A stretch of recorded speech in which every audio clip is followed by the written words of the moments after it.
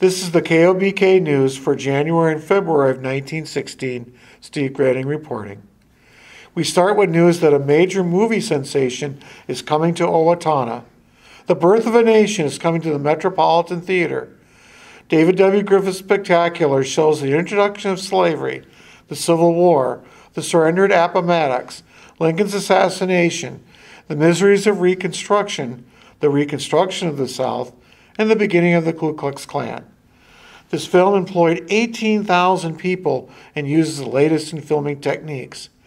Those who have already seen the treatment of war in this film would pray for an everlasting peace and a settlement to war by arbitration and not further armed conflict. Widows, orphans, wrecked homes, and hearts everywhere would heartily say amen to this everlasting lesson of war. Minnesota Representative Sidney Anderson has a proposition for the United States House of Representatives that would give military training to 500,000 high school students each summer. They would form the second line of defense for the United States in time of war. Anderson feels that not only would this be beneficial for young men physically, mentally, and morally, would help give them better health and teach them how to care for themselves.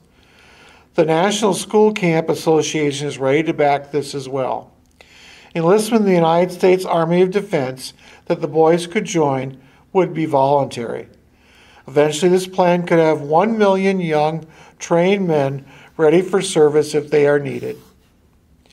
Owatonna is now officially on the Jefferson Highway.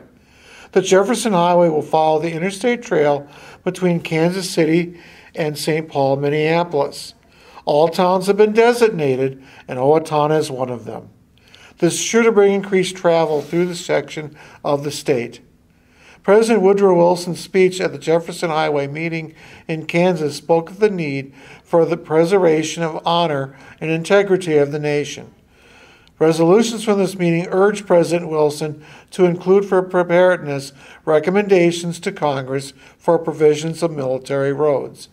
This would include the Jefferson Highway as a strategic value to the nation's defense as it would extend from Canada to Mexico.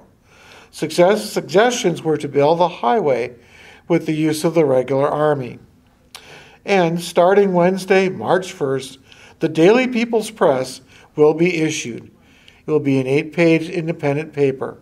This daily paper is in response to demand that has been existed in Owatonna and Steele County for some time.